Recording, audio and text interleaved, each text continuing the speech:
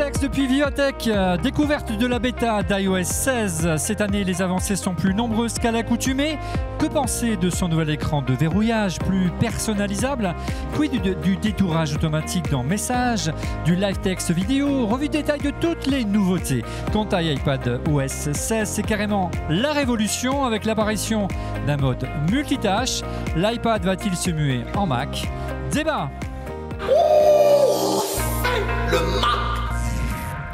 Bonjour à toutes et à tous, vous regardez On refait le Mac alias ORLM, très heureux de vous retrouver pour notre débat tech hebdomadaire. N'hésitez pas à vous abonner et nous suivre sur YouTube. Une émission exceptionnelle cette semaine enregistrée depuis Vivatech. Merci à toutes les équipes du village BASCA à Paris de nous accueillir à l'occasion du plus grand salon tech de France qui se tient jusqu'à la fin de la semaine du côté de la porte de Versailles. Avec comme chroniqueur ici en plateau à mes côtés Damien Douani, explorateur digital, chroniqueur à School TV et coproducteur du podcast Les Éclaireurs du Numérique. Bonjour Damien. Bonjour Olivier. Comment ça va? Ça va très bien, heureux de vous revoir tous. Voilà, très heureux pour cette sortie pour On refait le Mac sur le terrain. À tes côtés, monsieur Stéphane Zibi de Ionistix. Bonjour Stéphane. Bonjour Olivier, bonjour à tous. Et enfin, il traîne à iOS 16 depuis plus d'une semaine. Dès la fin de la WWDC la semaine dernière, il a installé sur son iPhone monsieur Laurent Pantanach. Bonjour Laurent. Bonjour à tous. Alors les amis, avant de commencer de parler d'iOS 16 qui est disponible depuis maintenant quelques jours, un grand merci. Vous avez été très nombreux la semaine dernière à nous suivre en direct et très nombreux également à vous abonner au club ORLM. C'est une formule premium qu'on vous propose désormais uniquement sur la chaîne YouTube dont on refait le Mac. Un abonnement qui va vous permettre d'en avoir plus tout simplement. Vous aurez l'émission 24 heures en avance. Vous aurez accès également à la possibilité de poser des questions en vidéo. Vous pourrez intervenir en vidéo dans l'émission et participer à des groupes de discussion exclusifs via notre Discord. Et puis vous pourrez venir nous voir dans nos studios Village Bassier à Paris, découvrir l'envers du décor, participer à des soirées exceptionnelles. N'hésitez pas à nous soutenir et à vous abonner au club ORLM. Un mot enfin également Anne pour notre boutique ORLM. Regardez l'équipe, on est équipé de magnifiques t-shirts. C'est une autre manière sympathique de se faire plaisir et de nous soutenir. Retour donc sur le débriefing de cette WWDC 2022. Même si nous sommes ici à Vivatech, on parlera de Vivatech en fin d'émission. Et on commence par une émission spéciale consacrée donc cette semaine au système d'exploitation de l'iPhone et de l'iPad. On reviendra la semaine prochaine sur macOS et sur le MacBook Air. On vous a posé une question cette semaine sur le compte Twitter de ORLM.tv. Quelle est l'avancée d'iOS 16 et d'iPad OS 16 que vous trouvez la plus intéressante? Et vous étiez 46,8% à plébisciter l'écran de verrouillage, 1,3% seulement pour Freeform, on va en parler également ce soir. Le nouveau CarPlay, moi j'ai craqué pour le nouveau CarPlay, 28,1%. Et enfin, State Manager, c'est la grande nouveauté de l'iPad qui se mue en Mac, 23,8%. C'est donc l'écran de verrouillage qui semble vous intéresser le plus, c'est la principale avancée d'iOS 16. Gros plan. iOS 16 n'avait quasiment pas évolué, en tout cas l'écran d'accueil depuis des années, depuis carrément l'introduction du premier iPhone en 2007. Apple semble enfin avoir entendu le souhait des utilisateurs, les amis. Alors c'est à la fois, Laurent, à mi-chemin entre ce qu'on a et ce qui existe sur Android et ce qu'il y a sur ton Apple Watch. Ouais, les widgets, hein, la forme, la manière de les configurer, tout ça, ça ressemble vraiment aux widgets de la montre. On a vraiment l'impression de retrouver des complications de la montre dans la barre de l'écran de verrouillage de ton iPhone. Alors on peut carrément créer et personnaliser son écran de verrouillage, un peu comme sur la montre. Je ne sais pas si tu veux en parler, Stéphane. Tu as une vraie méthodologie pour le faire. On peut essayer de décrire brièvement comment on peut faire pour... Déjà, on a plein de nouveaux fonds d'écran. Hein. Plein de nouveaux fonds d'écran, c'est la première chose qu'on fait parce que pendant des années, on a gardé, et là je prends l'ancien, on a gardé cette police. Et en fait maintenant, la première chose qu'on fait, et ça va être, je pense, quasiment tout le monde, on va avoir une nouvelle police. Et ça nous donne envie. Moi, j'ai pas choisi la même. Hein. Et donc, en 2 secondes et demie, on arrive à changer. Et même, il nous incite à le faire. Et c'est quelque chose qu'on a. Et comme par hasard, j'en parlerai un petit peu plus tard si tu veux. Non, vas-y. Mais c'est vrai que rien que ça nous donne presque l'impression d'avoir un nouvel iPhone.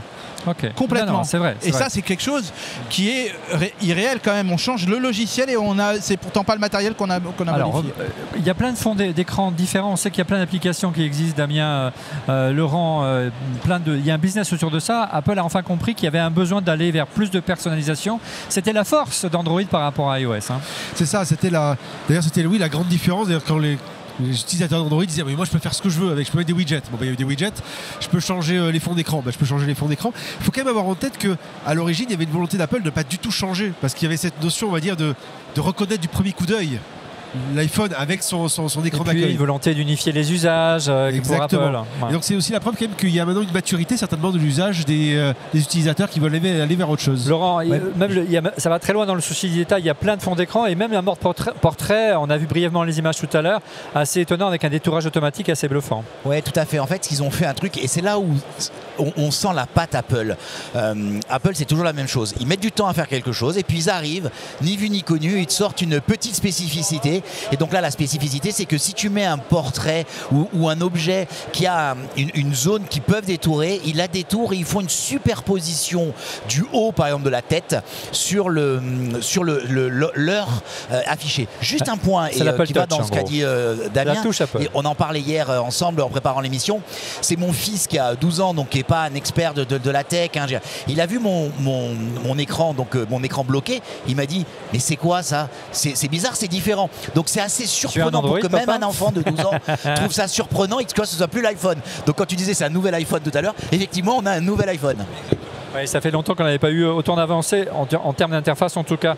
Au-delà des fonds d'écran, on dispose désormais, on a parlé brièvement de plus d'informations disponibles désormais sur l'écran d'accueil ou l'écran de verrouillage via des widgets où on pourrait même dire carrément des complications comme sur ton Apple Watch. Oui, voilà, moi ce qui m'a troublé, ayant une Apple Watch depuis très longtemps, c'est j'ai l'impression vraiment de retrouver ces logiques de complications. Et alors ce que je trouve super intéressant, c'est ça, c'est que Apple par une logique, initialement par le chemin de l'Apple Watch, ils ont habitué les gens à vouloir plus d'informations. Donc maintenant, ils le portent ailleurs. Je trouve que c'est hyper malin d'un point de vue pédagogique. Et c'est très pratique. Il y a différentes zones. Si tu voulais les décrire ensemble, Laurent, Stéphane, pour donner plus de détails, il y a différentes zones qui permettent d'aller très loin dans la personnalisation. Oui, tout à fait. Il y a 3 zones majeures. Il y a toujours l'heure, et l'heure qui est affichée, qui est personnalisable. La police est personnalisable. Les couleurs sont personnalisables. Le degré d'intensité de la couleur de tout l'écran est personnalisable. Mais au-dessus de cette zone-là, tu as la possibilité de rajouter des informations. Donc par défaut, tu as la météo, tu as une info de météo et de date.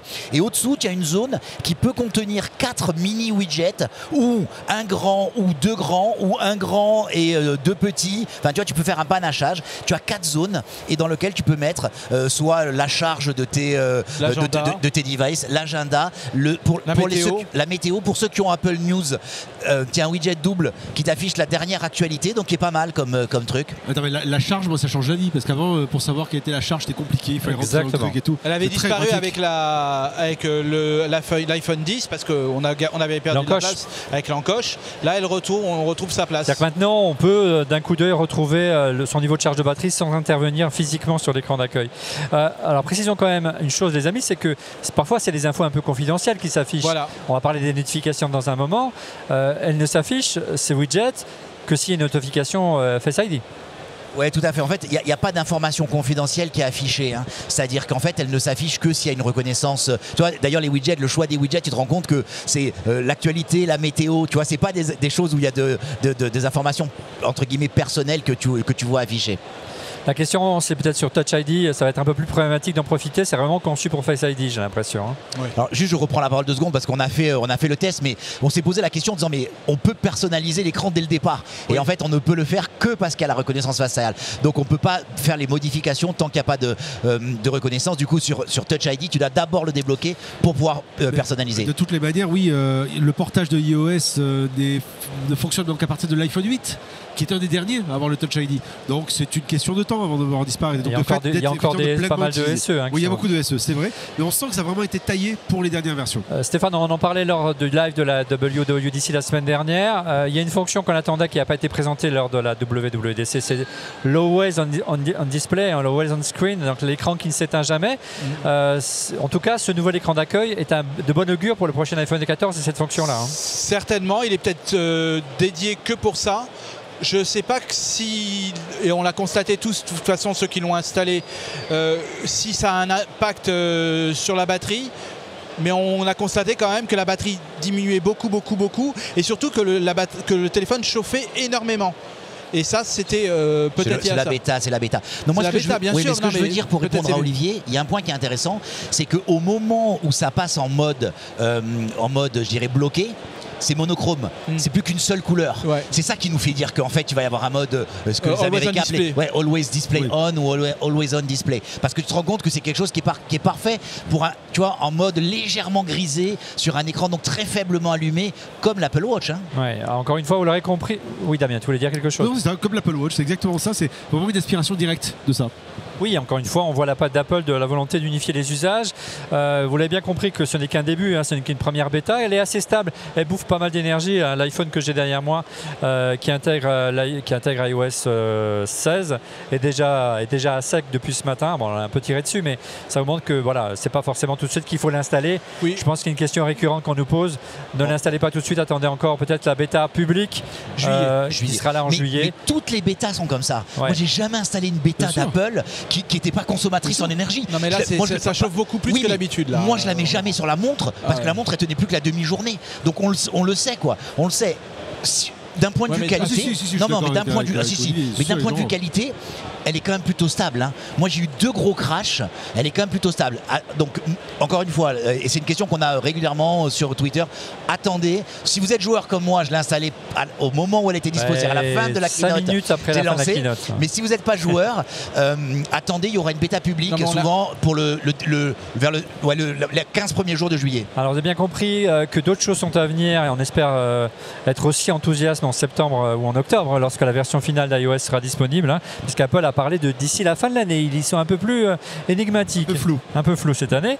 En tout cas, d'autres avancées sont intéressantes d'ores et déjà, des petites fonctions qui arrivent un petit peu tout azimut, très pratiques notamment dans Messages. Vous allez voir encore la refonte complète de l'application Maison pour gérer les objets connectés. On en parle après le busomètre. Comme chaque semaine, c'est notre ami Didier Policani qui s'y colle et il nous a enregistré une petite séquence rien que pour vous. On écoute tout de suite Didier pour ses 5 rumeurs de la semaine. Alors on commence avec le suivi des apps, tu sais, cette nouvelle fonctionnalité d'iOS qui permet de restreindre l'usage des applications pour l'exploitation de tes données personnelles. En fait, qui est dans le collimateur des autorités allemandes. Ils estiment que Apple n'est pas forcément très respectueux des règles de la concurrence, qu'elle peut aussi favoriser ses propres applications. Alors c'est le cas dans pas mal de pays. Bien sûr, la justice commence à s'intéresser à tout ça. Alors bien sûr, Apple, je pense, va prendre des mesures pour essayer d'équilibrer un petit peu les choses, mais c'est vrai qu'il tue petit à petit quand même le marché de la publicité, enfin en tout cas des applications gratuites avec ça. Bon, l'idée évidemment c'est toujours de gagner plus d'argent. Alors deuxième info, ça concerne iPadOS et Stage Manager, puisque Apple essaye de défendre un peu la fonctionnalité qui est assez décriée déjà sur iPad parce qu'il faut un iPad M1, donc une machine assez récente. Alors Federighi justifie ça dans une série d'interviews en disant que il faut de la mémoire très rapide, il faut aussi un disque qui soit très réactif, puisque le système va swapper pour vraiment avoir de la réactivité quand on switch donc d'une fenêtre à l'autre. Bon, c'est vrai qu'il y a pas mal de gens qui ont acheté des iPad Pro récemment qui sont quand même assez frustrés de ne pas avoir la puce M1 et donc de ne pas avoir ce système de bureau étendu. Et puis sur Mac aussi, des fois ça chouine un petit peu, puisque il y en a qui trouvent ça assez complexe. On avait déjà le dock, les petites fenêtres à gauche à droite, toute la gestion des bureaux. Là ça rajoute encore une couche, donc il y en a qui se sentent un petit peu perdus. Et là Federighi nous dit en fait il y a des équipes qui ont travaillé là-dessus, ils ont trouvé ça intéressant, et même si 20% de nos utilisateurs sont passionnés par cette fonctionnalité, nous ça nous suffit, ce qui est assez rare de la part d'Apple. D'habitude ils aiment bien avoir un peu de consistance entre les usages. Bon, on verra à l'usage ce qu'il en est. Alors je sais pas pour toi Olivier, mais moi je regrette beaucoup le MacBook 12 pouces. Il était vraiment très sympa avec son petit poids plume, même s'il avait pas beaucoup de port, qu'il était pas très rapide, qu'il chauffait très vite. Mais c'est vrai qu'on se dit avec les puces M1, ce serait bien qu'Apple nous ressorte cette machine. Alors il y a des rumeurs qui vont dans ce sens, qui nous disent que ça pourrait arriver peut-être en fin d'année, peut-être en début d'année prochaine. Et puis il y a certains leakers qui ont eu pas mal de belles infos ces dernières semaines qui nous disent non, c'est pas trop prévu. Donc on verra. Il y en a qui prévoient plutôt un MacBook Pro, M2 Pro, M2 Max, forcément dans un Mac Studio aussi. Enfin tout ça va être décliné. Mais c'est vrai qu'on aimerait cette machine plus légère. Le problème aussi aujourd'hui, c'est de l'intercaler dans toute la gamme, puisque ça devient extrêmement compliqué, la gamme MacBook Air, MacBook Pro aujourd'hui. Alors ça, c'est pas une rumeur, l'Apple Watch va pouvoir détecter la maladie de Parkinson. Alors malheureusement pas grâce à Apple, qui n'a pas encore intégré la fonctionnalité. Pourtant on se dit l'Apple Watch, voilà, ça peut traquer les tremblements. C'est une société tierce qui s'appelle Rune Labs et qui a été approuvée par la FDA, donc les autorités américaines, pour effectivement détecter cette maladie avec la montre d'Apple. Donc on verra un petit peu ce que ça donne. Est-ce que ça va arriver aussi en Europe, avec d'autres types d'applications. En tout cas, c'est assez intéressant pour les personnes qui sont détectées précocement et qui pourront être traitées donc un petit peu plus tôt. Mais moi, j'aimerais bien que ça arrive nativement. On se demande ce que fait Apple. Pourquoi est-ce qu'elle rachète pas cette boîte tout simplement? Donc voilà, on verra peut-être dans le prochain WatchOS. Alors on termine avec une info, c'est pas une rumeur. Donc le MacBook Pro M2 va être livré le 24 juin, enfin les premiers modèles. Après, ça va arriver sûrement dans le courant de l'été. Alors c'est une machine qui est un petit peu bizarre. Attention, je parle pas du MacBook Air M2, mais bien du MacBook Pro. Donc c'est le même MacBook Pro qu'avant, 13 pouces, sauf qu'ils ont mis juste une puce M2 dedans, il évolue pas tellement. Et d'ailleurs, on a fait une petite vidéo avec June assez intéressante où on compare un peu les machines, on parle de tout ça. Et c'est vrai qu'on vous la déconseille, mais ça a quand même une bonne nouvelle qu'elle soit livrée tôt, c'est qu'on va pouvoir tester la puce M2 donc avant l'arrivée du MacBook Air. Donc si vous hésitez à acheter cette machine, attendez bien nos petites vidéos.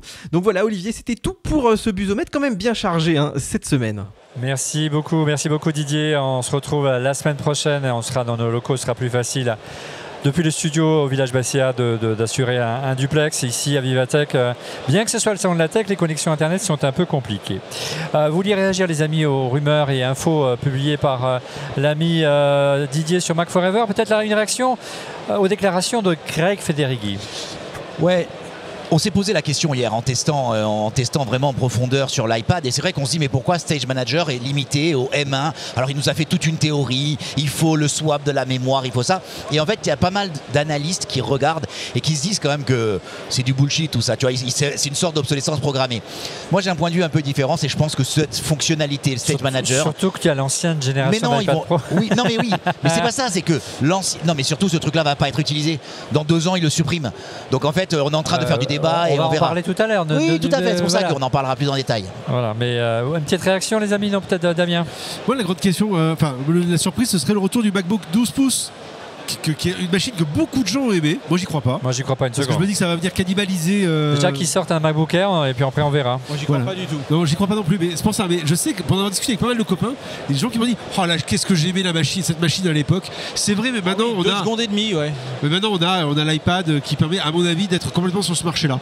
Alors regardez sa réaction sur Twitter d'Alan, alias Alan Tranoez, un fidèle de Refait les Mac. Une des nouveautés que je vais sans doute le plus utiliser, l'édition des iMessage envoyés. Ça c'est génial, vous allez voir. Gros plan donc cette fois-ci dans le prochain chapitre sur iMessage et sur Message Maison qui évolue beaucoup dans iOS 16. Mais aussi vous allez voir plein de petites nouveautés bien sympas et bien utiles au quotidien. Message maison, que du bon. Alors Message d'abord bénéficie de pas mal de nouveautés les amis, dont une qui concerne des millions d'utilisateurs d'iPhone au quotidien et qui ne se relisent pas en lançant leur message et qui s'aperçoivent qu'ils ont dit une horreur à leur patron ou à leur maman. Bref, c'est vrai que le générateur automatique de caractères nous met parfois dans l'embarras. On l'a dicté avec Siri. Ouais. Alors maintenant, il est possible de modifier un message a posteriori envoyé. Oui. Bah oui.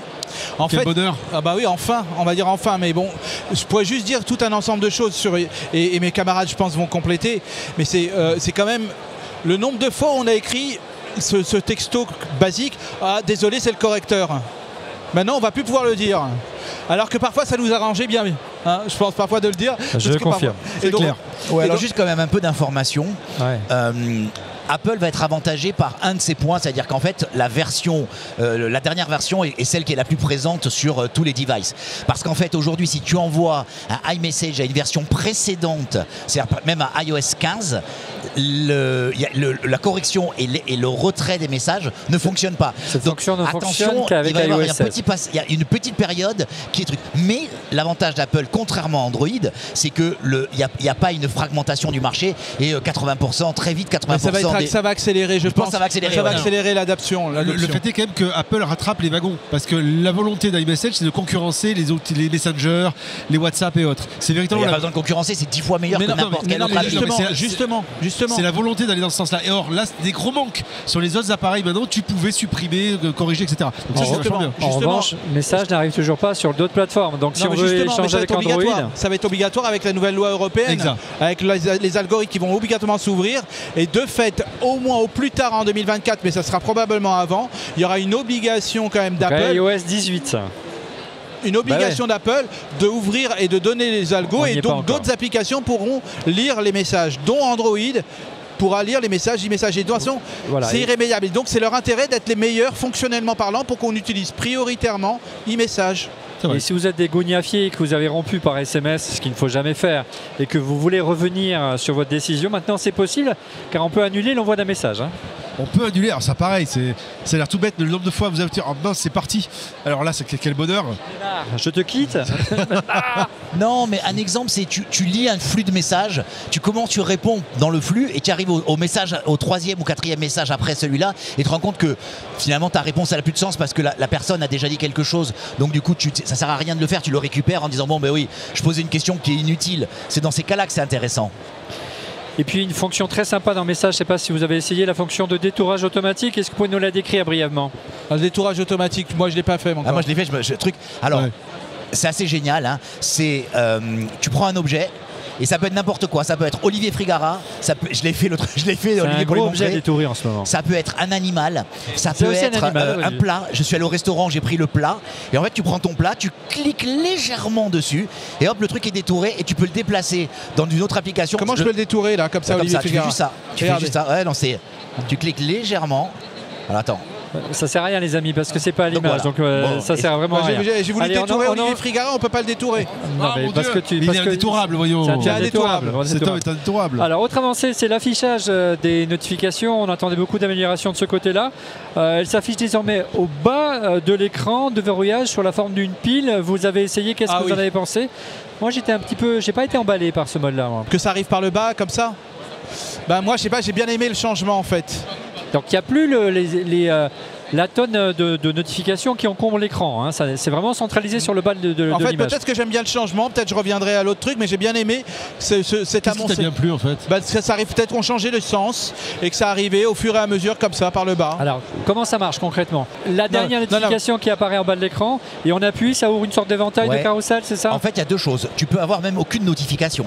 C'est-à-dire que tu peux juste avoir le chiffre en bas en disant il y a X notifications entre l'éclairage, c'est-à-dire la torche, et l'appareil photo. Donc il y a vraiment une petite ligne. Tu cliques une première fois, tu as un système qui apparaît avec le nombre de notifications, et tu cliques une deuxième fois et elle se déroule. Et tu peux cliquer encore une troisième fois et à l'intérieur d'une application seulement se déroule celle de l'application. Donc il y a vraiment une profondeur de lecture. C'est beaucoup plus agréable. Hein. C'est plus élégant. Avant c'était ou rien ou tout, et là tu trouves... C'est surtout ça, effectivement, c'est que ça ne donne pas la sensation anxiogène d'avoir des tonnes de notifications. Justement. On peut être beaucoup plus sélectif. Mais globalement, c'est moins visible à l'écran et vraiment, il sera vraiment nécessaire, vraiment de les toucher, vraiment de les faire déployer. Et le fait qu'ils arrivent de bas en haut, ça change. Pour moi, c'est ça que j'ai aimé.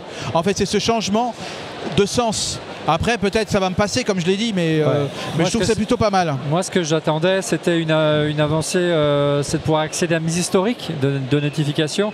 Combien de fois je clique sur un lien, sur un article de presse, et puis j'ai pas le temps de le lire, je vais y revenir plus tard, mais comment c'est oublié. Et c'est oublié. Ça, c'est une vraie valeur ajoutée d'Android par rapport à iOS aujourd'hui. Ah oui, très clairement. Là, c'est vrai que cette non-immédiateté serait assez intéressante à creuser. C'est tout à fait vrai.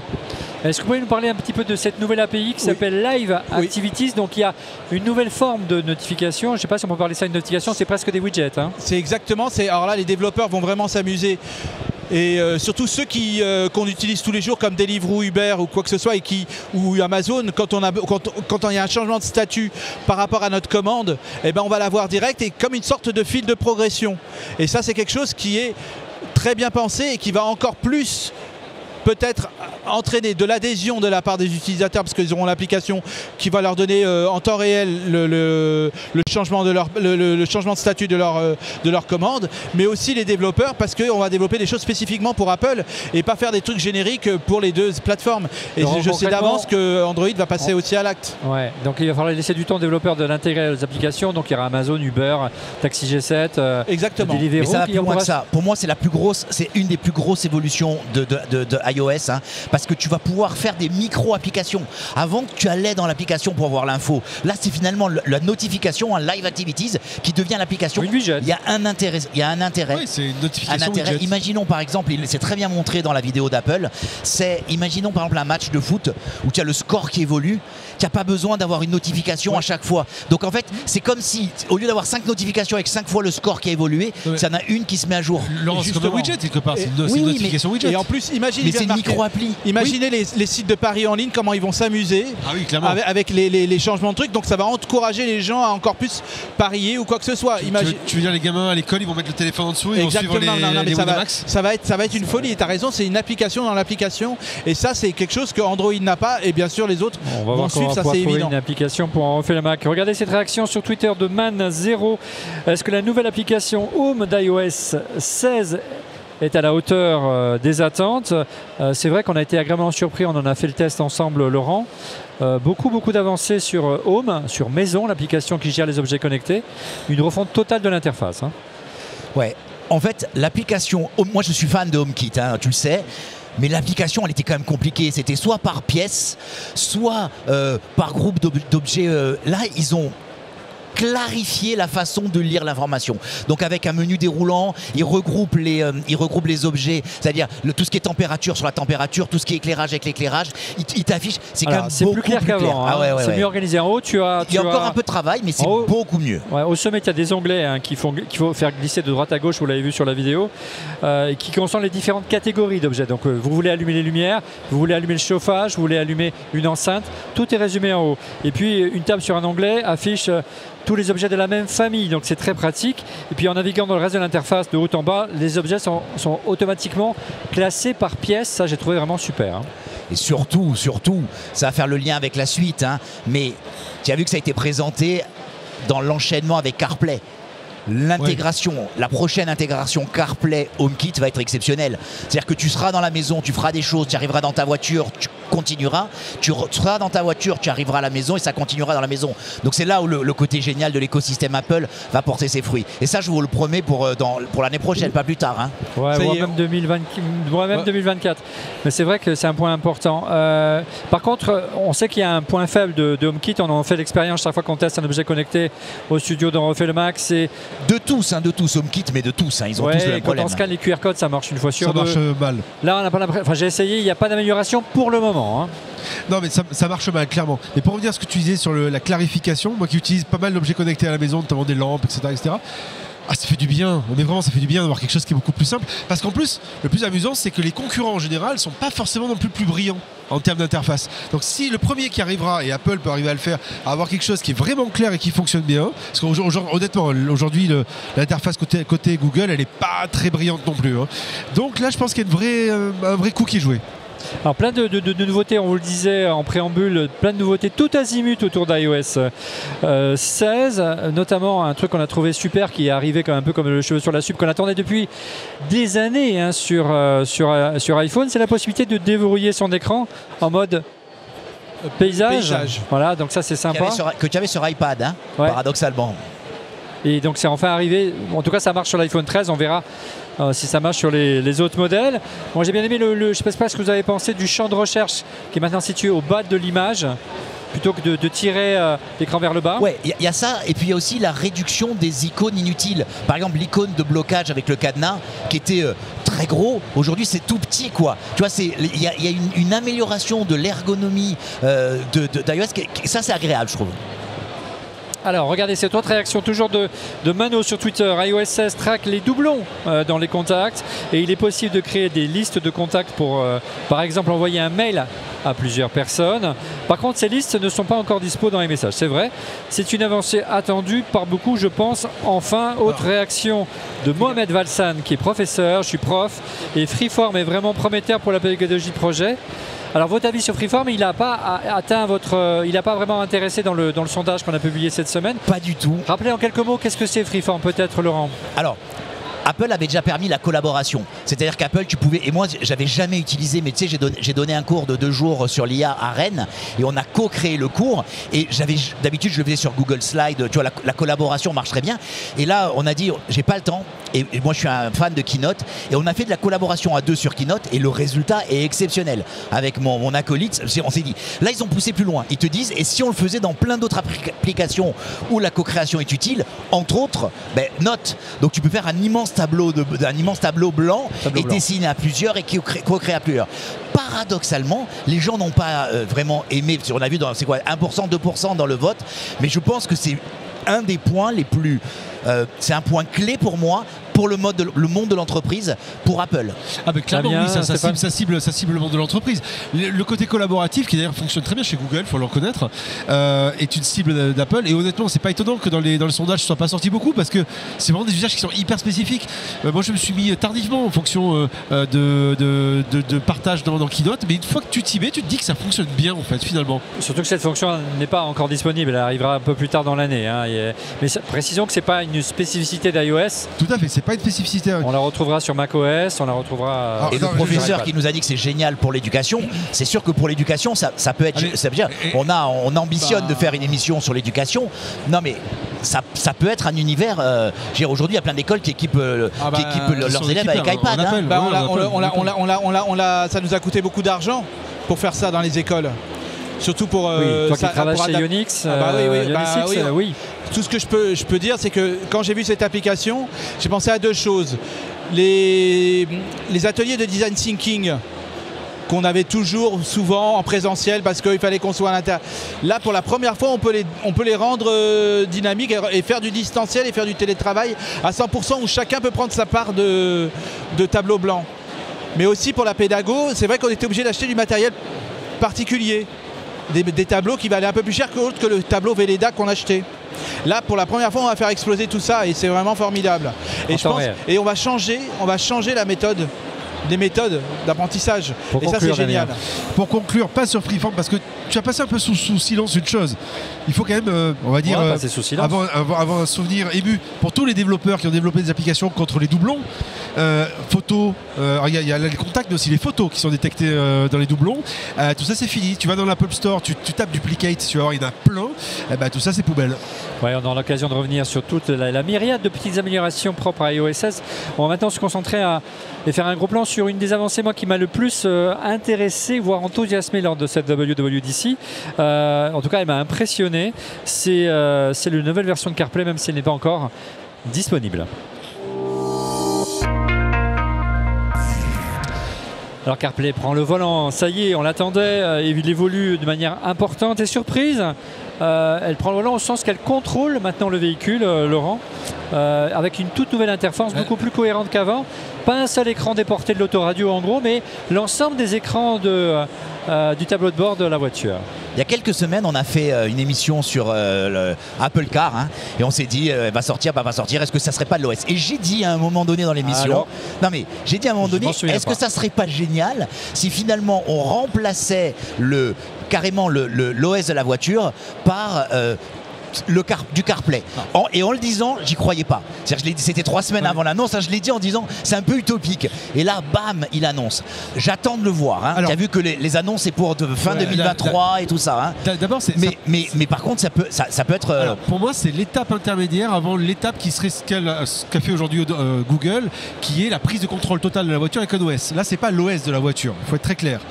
C'est une étape intermédiaire. En gros, ça récupère des datas de la voiture et ça les transforme. Pas trop encore. Tel que ça a été présenté. Ouais, on ne sait pas. Ça a été présenté comme étant, on va dire, connecté aux éléments vitaux de la voiture. Enfin, l'essence, etc. Et pour on a accès à toutes les informations de la voiture. Voilà. Avant, c'était que les informations multimédia. En gros, ça veut dire que la voiture a des API. La clim, le kilométrage, le niveau d'essence ou de recharge de batterie, les lumières, que sais-je. Moi, tel que je l'ai compris, c'est comme ça que ça fonctionne. En fait, autrement dit, on est encore un cran en dessous de ce que fait, là, par exemple, ici à Vivatech, il y a Renault qui présente la Mégane E-Tech, qui est, elle, par contre, entièrement contrôlée par Google, enfin Android Automotive. Et là, par contre, t'en sors pas. Là, c'est pas ce que j'ai compris. C'est une surcouche quelque part qui va aller chercher les datas. Par contre, je pense que c'est un moyen, toujours dans la logique d'Apple, d'évangéliser les gens. C'est une manière de faire comprendre que oui, peut-être qu'un jour, quand il y aura un tableau de bord Apple, ben, tu seras bien content de l'avoir et peut-être que tu auras la voiture qui ira un jour autour. Je pense que ça va dans ce sens-là. Juste une petite chose quand même. Oui, ça rejoint ce qu'on a dit sur la maison, la voiture aussi. Tu vois, Juste une dernière chose, c'est que moi j'utilise souvent, j'ai pas de bagnole, mais je loue souvent des voitures. Et j'utilise souvent CarPlay. Qu'est-ce que ça marche mal des fois. Donc franchement, il faut que ce soit vraiment robuste et que ce soit. Non, mais ça marche foutu, mal, ça marche pas très bien sans fil, mais il paraît que c'est pareil sur Google, donc ne t'inquiète pas. Oui, dès que tu le connectes. J'ai testé les deux. Et juste, tu as vu quand même le chiffre. Non, parce qu'il salue, il y a plein de monde qui tourne autour, donc il est très populaire. C'est une star, il connaît tout le monde.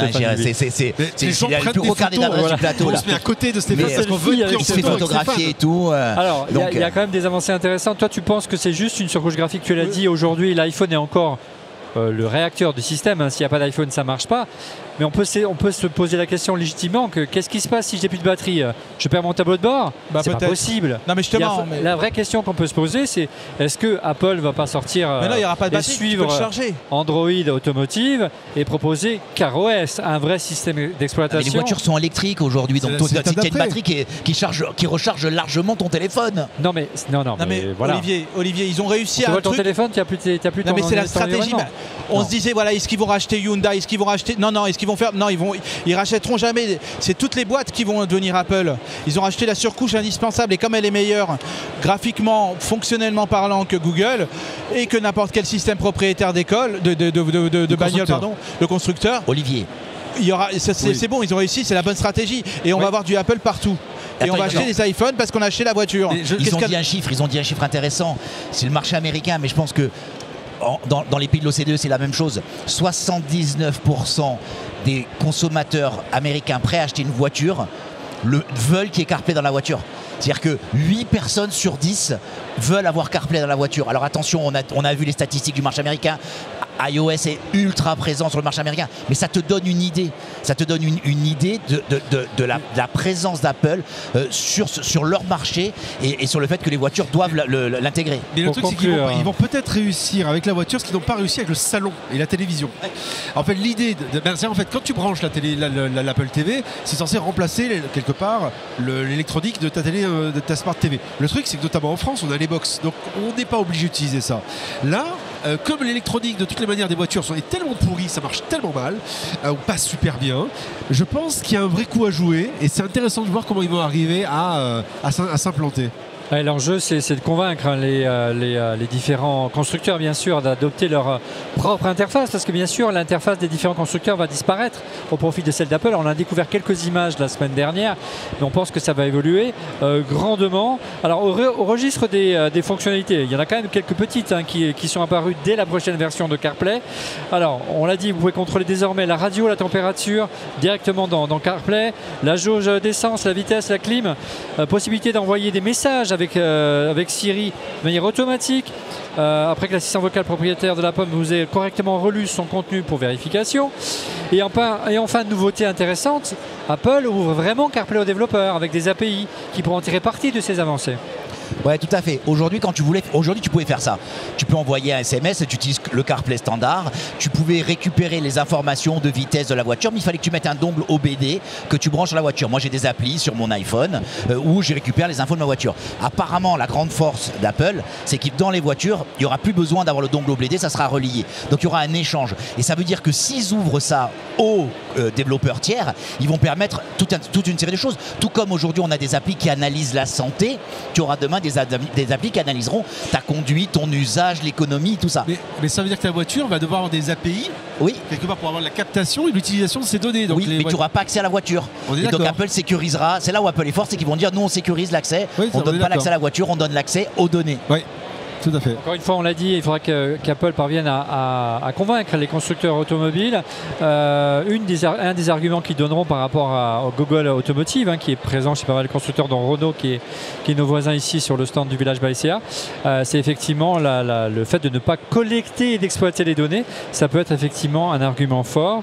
Voilà. Et puis, regardez la liste des différentes marques qui ont annoncé leur partenariat avec Apple pour CarPlay. Elles sont pas très nombreuses, nombreux, mais ils sont quand même là, et des grands constructeurs. Je cite donc Renault, Volvo, Mercedes, Land Rover, Porsche, Nissan, Ford, Lincoln, Audi, Jaguar, Acura, Honda, Infiniti et Polestar. D'autres vont arriver. Les annonces sont très en amont, hein. C'est très inhabituel chez Apple, puisqu'on devrait découvrir cette nouvelle version de CarPlay qu'en 2023. Mais ils sont obligés de le faire. Là, on n'est plus sur des téléphones, même si c'était déjà une force d'avoir fait, parce que c'est quand même une industrie très, très complexe. On est sur quand même de l'automobile, et l'automobile, on joue sur la vie des gens, donc on va pas s'amuser à faire donc il faudra des longs process de test, et il y a des longs process de test qui sont nécessaires pour chaque constructeur à chaque voiture. Donc il était normal, et c'est même plutôt même salutaire de le faire comme ça. Et puis pour finir, sachant qu'il y a des process dans l'automobile, au-delà même d'Apple, c'est les process de l'automobile qui imposent ça. Bien sûr, mais il y a des absents aussi, il y a des absents notoires quand même. Il y a des absents notoires dans la liste quand même. Stellantis par exemple. Stellantis a signé avec Amazon. Typiquement, c'est aussi pour ça. C'est que... Au-delà de signer avec Amazon, pardon Damien, hein, mais c'est qu'il y a une velléité de pas mal de constructeurs de ne pas être dépendants des GAFAM. Oui. Et de développer leur propre système d'exploitation. Oui, mais j'achète une Volkswagen, une Peugeot, ou une Citroën, j'achète pas une Apple Car. Oui, mais justement aujourd'hui, le Audi est là. Audi est là, mais pour voir, je pense. Mais on va aller voir les gens de Renault, on va leur poser les questions. On ira les voir tout à l'heure. Juste pour finir, ce qu'on voit aujourd'hui, c'est qu'il y a une guerre qui est en train de se positionner avec une guerre d'OS. Stellantis signe avec Amazon, Renault est en train de se maquer petit à petit avec Google. Donc Apple est aussi obligé de faire ses annonces pour pouvoir dire n'allez pas non plus à la concurrence parce que nous on est là aussi. Et puis on sait que c'est un argument de vente également d'être disponible sur CarPlay pour Apple, pour Renault notamment, s'ils savent que ça fait vendre des voitures. Rien à voir, regardez cette réaction de SLN François, un autre fidèle dont on fait le Mac sur le compte Twitter. iPadOS 16 qui va permettre d'utiliser un iPad presque comme un Mac, c'est ça ce qu'il plébiscite dans les nouvelles versions d'iOS et d'iPadOS. C'est un vrai plus pour les utilisateurs d'iPad qui avaient besoin quelquefois d'un vrai ordinateur, d'un Mac. Donc gros plan plein feu sur iPadOS 16 qui inclut une avancée majeure de son interface, ça s'appelle Stage Manager.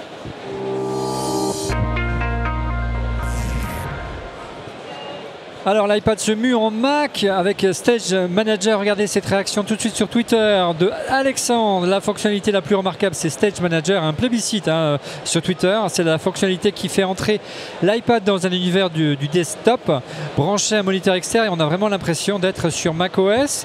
Les amis, vous avez essayé? Votre avis? Alors, outre la frustration, on va en parler dans un instant, tu n'as pas la puce M1, mon cher Laurent, mais au-delà, est-ce que tu as trouvé ça convivial? Est-ce que tu as eu des réflexes, les mêmes réflexes sur ton Mac? Je vais paraphraser un grand philosophe du XXe siècle, Jean-Pierre Coff. C'est de la merde! Non, ça c'est Didier Policani. Mais non... En fait, je trouve ça génial. Quand on l'a vu, on a fait waouh, ça y est, c'est l'arrivée, c'est le Mac. On a un Mac dans un iPad. Et en fait, tu te rends compte qu'on n'utilise pas ce mode fenêtrage. Tu vois, il faudrait qu'on ait un accès à ce mode fenêtrage virtuel. Tu cliques sur un bouton, tout ça décale et tu dis je veux celle-là. Mais quand tu as une appli, tu as envie d'avoir l'appli en grand. Sur un écran d'iPad, c'est pas très grand. Déjà, le fonctionnement est un peu particulier. Il faut passer par le centre de contrôle et activer la fonction. Tout à fait. Tu vois, autant on va en parler juste après. Le fait d'avoir un deuxième écran, je trouve ça génial. Tu vois, et que ce ne soit pas une recopie d'écran, autant l'usage réel de Stage Manager. Je pense que c'est un truc génial, ça fait un gros effet d'annonce et je pense que dans 2 ans on n'en parlera plus. Alors comment ça marche concrètement Stage Manager? On l'active en activant le bouton dans le centre de contrôle, et puis là il y a quoi, une sorte de dock qui apparaît sur le côté, hein, c'est ça? Oui, c'est ça, et en gros on peut choisir et s'amuser à activer plus ou moins les fenêtres, les faire agrandir et entre guillemets commencer à arriver au rêve ultime d'un grand philosophe de ce 20e siècle, Olivier Frigara, qui souhaite du 21e pardon, qui souhaite avoir donc ce Mac tactile, et donc c'est une première étape pour lui.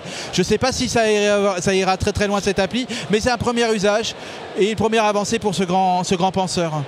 Damien.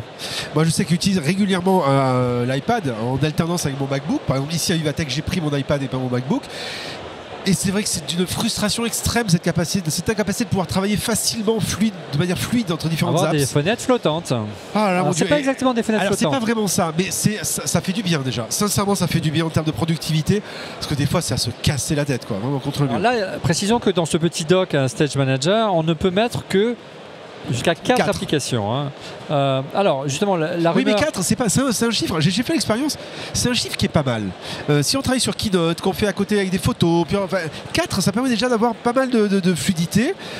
Par rapport à son Mac où on peut ouvrir plein de fenêtres et finalement, au bout d'un moment, on ne sait plus trop. Ça, comme d'habitude, Apple oblige à faire des choix, mais avec on va dire, une latitude qui est correcte. Alors, on parlait justement de la rumeur qui annonçait les fenêtres flottantes, c'est pas le cas. C'est un peu à mi-chemin. Laurent, on peut traduire comme ça, à mi-chemin où en fait, c'est pas flottant, mais on peut quand même très facilement paramétrer la taille des fenêtres et passer zapper d'une fenêtre à l'autre très, très rapidement. Oui, alors c'est un défi pour les développeurs. Hein. Déjà, juste ce petit sujet, jusque-là, on connaissait les tailles des applis. On connaissait les tailles des écrans iPad, les tailles des écrans. Et on revient à quelque chose de beaucoup plus responsive pour les développeurs. C'est-à-dire qu'on a des applications qui doivent s'adapter. Donc d'ailleurs, le code dans Xcode et même SwiftUI, la dernière version, se rend compte qu'elle va dans cette direction. C'est un vrai challenge. Pour l'instant, on n'y est pas encore. Hein. Mais on n'y est pas encore parce que je pense ça va complexiter la mise à disposition des applications qui gèrent ce mode d'affichage. Tu vois, les gens ont beaucoup fait des choses équilibrées et là on déséquilibre les formes avec cet usage. Tu as vu hier quand on s'est amusé à déplacer ce que ça donnait. Hein. Certains usages étaient surprenants. Hein. Oui, on a l'impression que ça a plus un rôle peut-être même en mode écran externe, parce que ça c'est une belle avancée d'iPadOS 16. La possibilité de gérer un écran externe comme sur un Mac et ne pas juste afficher une vidéo en plein écran. Avant c'était du 4 tiers, c'était nul. Hein. Auparavant on ne pouvait pas travailler vraiment avec un écran externe. Alors, regardez cette réaction d'Alexandre sur Twitter. Pourquoi si peu de nouveautés sur iPad? Non M1, pas de Stage Manager ni gestion de l'écran externe, pas de nouveau lock screen. La seule nouveauté c'est l'app météo et les mises à jour Safari Mail.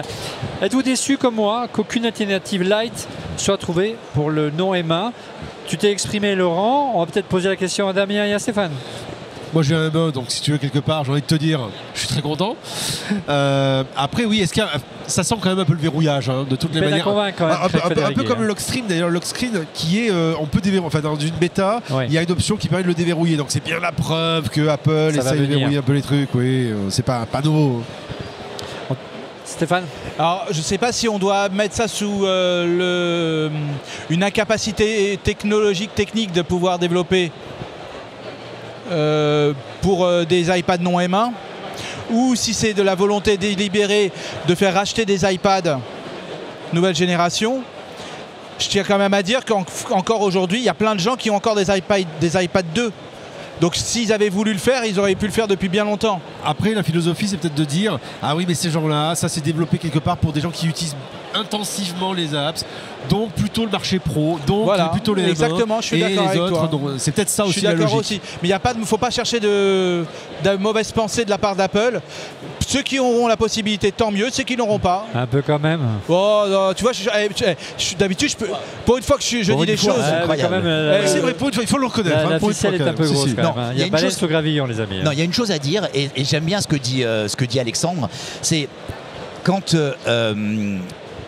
lors de la présentation, il a dit notre ami, comment il s'appelle? Greg Federighi, il a dit oui, c'est la plus grosse évolution d'iPadOS. Et en fait, tu te rends compte que c'est pas non plus. Tu vois, ils ont fait durer le plaisir, mais c'est pas là où tu vois le plus de changements.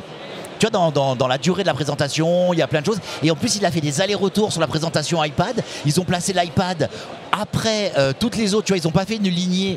Tu vois, ils ont fait iOS, Apple WatchOS, Home, Santé, tout ça. Ils sont revenus au Mac et après, il a fait l'iPad. Ça, c'est bizarre, la construction. Ils ont parlé de l'iPadOS avec les iPads.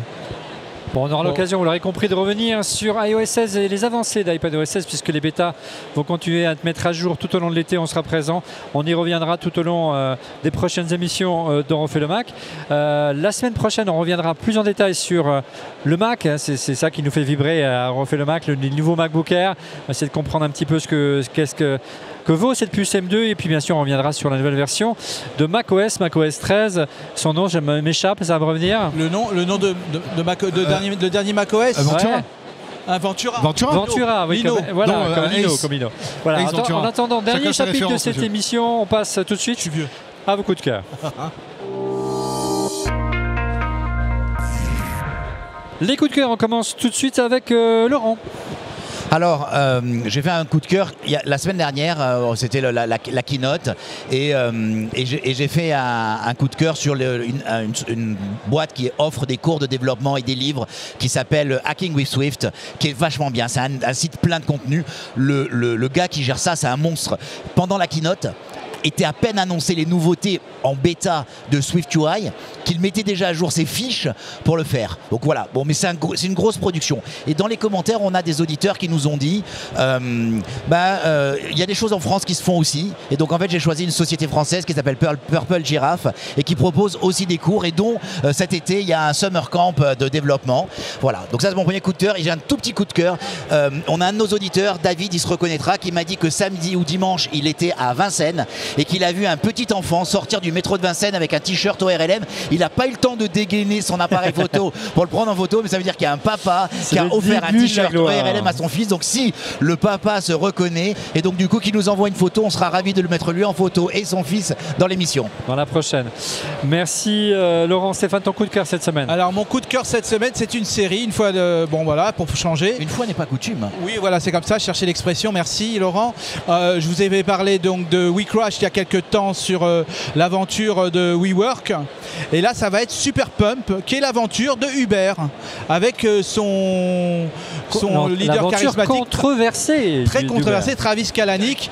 Et si vous pensez être start-upper, alors, ne prenez pas tout ce qu'il fait. Ne faites pas tout à la lettre. Non. Évitez les stupéfiants, les jeunes filles siliconées. Voilà, mais c'est très intéressant. Et c'est sur MyCanal en ce moment. Et je vous encourage de voir Super Pump. Damien, ton coup de cœur cette semaine? Alors ici à Vivatech, moi je suis amené à filmer pas mal de choses. Alors donc forcément, et puis tu as ta Betacam, tu as un régie satellite comme l'équipe de Refait le Mac. Tout à fait, monsieur. Mais il m'arrive aussi de manière très légère. Alors soit je prends mon téléphone comme ça, ça peut être pratique. Sinon, j'ai acheté la dernière version de l'Osmo 5 de DJI, qui est juste génial. Pourquoi est-ce qu'il est génial? Parce que d'abord il est tout petit. Maintenant il est tout petit, il rentre dans la poche d'un jean. Deuxième, c'est la version que tu mets sur laquelle tu accroches l'iPhone, hein, c'est ça? C'est ça, voilà, exactement. Donc c'est ce qu'on appelle un gimbal. Un gimbal, ouais. Ça permet d'avoir une image hyper stabilisée, très très belle. Alors, premièrement, il est tout petit maintenant, il rentre dans la poche de jean. J'ai fait l'essai, ça fonctionne. Et deuxième truc génial, il y a une perche intégrée. Donc ce qui veut dire que si on a besoin par-dessus une foule de filmer quelque chose, on peut dégainer la perche et arriver à filmer par-dessus. Et donc associé à cela, il faut un micro. Et donc après avoir cherché un bon petit moment, je suis tombé sur une marque géniale qui s'appelle Synco, qui est une marque chinoise, je crois, mais qui fait beaucoup d'appareils audio, très bien. Et ils ont sorti un petit appareil qui se branche directement sur l'iPhone, sur le port Lightning, avec une option aussi port USB-C, si on veut brancher sur son iPad. Et automatiquement, ça transforme un petit appareil. En fait, c'est le concurrent de Rode, mais version moins chère. Et ça marche très bien. C'est sans fil. Un micro-cravate sans fil, en gros. Exactement. Moi, je l'ai fait tout à l'heure. J'ai branché ça au fond sur mon iPhone. Je tends le téléphone, le petit appareil, un petit rectangle noir auprès de la personne. Ou bien, je branche un micro, on va dire lavalier, comme on dit, donc micro-cravate, et ça marche fabuleusement bien. Ça vaut cher? 100 €. Bon, on va essayer de le tester pour On Refait le Mac. De mon côté, j'essaie de vous trouver un coup de cœur qui avait un lien avec, bien sûr, à Vivatech, avec un exposant ici, un lien avec le monde d'Apple et un lien avec l'actualité, qui est celui d'essayer dans ces moments de réchauffement climatique et d'augmentation du coût de l'énergie, de faire des économies. Je me suis arrêté sur le stand d'Engie, j'ai découvert Conso Plus. Qu'est-ce que c'est Conso Plus? C'est une sorte de pack dans lequel vous avez d'un côté un émetteur Linky, vous branchez, vous savez, sur le système Linky du réseau électrique français, qui s'était développé en collaboration avec Netatmo, et vous avez un récepteur que vous branchez sur les prises électriques, et l'app Engie vous permet de calculer en temps réel la consommation à la maison et de connaître les petits objets électriques qui sont les plus énergivores, et donc d'adapter votre consommation en conséquence. Alors c'est un peu alambiqué, il faut tester pendant quelques minutes pour voir s'il détecte le sèche-cheveux, etc. Mais c'est juste une bonne idée, et c'est aussi, moi je crois beaucoup aux objets connectés, et c'est aussi l'une des applications des objets connectés, c'est que ça fait faire des économies parce que vous ne laissez plus de lumière allumée. C'est bon pour l'environnement parce que vous ne laissez pas votre télé allumée pendant des heures et s'éteint automatiquement quand vous faites un petit développement, une petite routine. Voilà, moi je crois beaucoup à cette fonction-là, et c'est d'autant plus nécessaire par les temps qui court. Voilà, merci beaucoup les amis d'avoir participé à cet épisode de Refait le Mac. Merci d'être venus jusqu'ici à la porte de Versailles. Je vous invite tous à venir découvrir pour les journées grand public, si vous en avez l'occasion, les exposants Vivatech. Et si vous êtes passionné de tech, il y a de belles choses à voir. Et bien sûr, sur le stand ici du Village by CA, merci à toutes les équipes du Village by CA qui nous a permis d'être là quasiment dans les conditions de direct. Merci aux équipes d'Electricity Production qui se sont démenés comme des petits fous pour nous permettre d'improviser ce stand ici et ce petit studio au sein du Village by CA. Et merci à vous de nous suivre. On se retrouve dès mercredi prochain pour un prochain Genius by RLM. Chaque semaine, il y a Genius by RLM. Vous n'hésitez pas à nous poser des questions. On vous répondra en vidéo. Et puis, on peut aussi poser des questions via le Discord. Quant à Refait le Mac, l'émission... Elle revient dès la semaine prochaine, je vous l'ai dit, avec un spécial macOS et un spécial MacBook Air M2. Et puis dès samedi, une autre émission. On produit de plus en plus d'émissions. On en est heureux chez Refait le Mac. C'est le retour d'On refait le tech qu'on va enregistrer également à Vivatech. On va parler de Meta. Quel avenir pour Meta? Quel avenir pour Facebook? Normalement, vous retrouvez cette émission dès samedi. Voilà, et n'oubliez pas le Club RLM. N'hésitez pas à vous abonner, à nous soutenir. Ça va nous permettre de grandir et de produire de plus en plus d'émissions, d'être comme aujourd'hui au cœur de l'actu et de se faire et de vous faire plaisir. Merci encore pour votre fidélité. N'hésitez pas bien sûr à vous abonner pour être prévenu en temps réel, à cliquer sur le petit bouton et à cliquer sur le petit pouce. Ça fait toujours plaisir. Voilà, merci beaucoup et on se donne rendez-vous la semaine prochaine. Au revoir.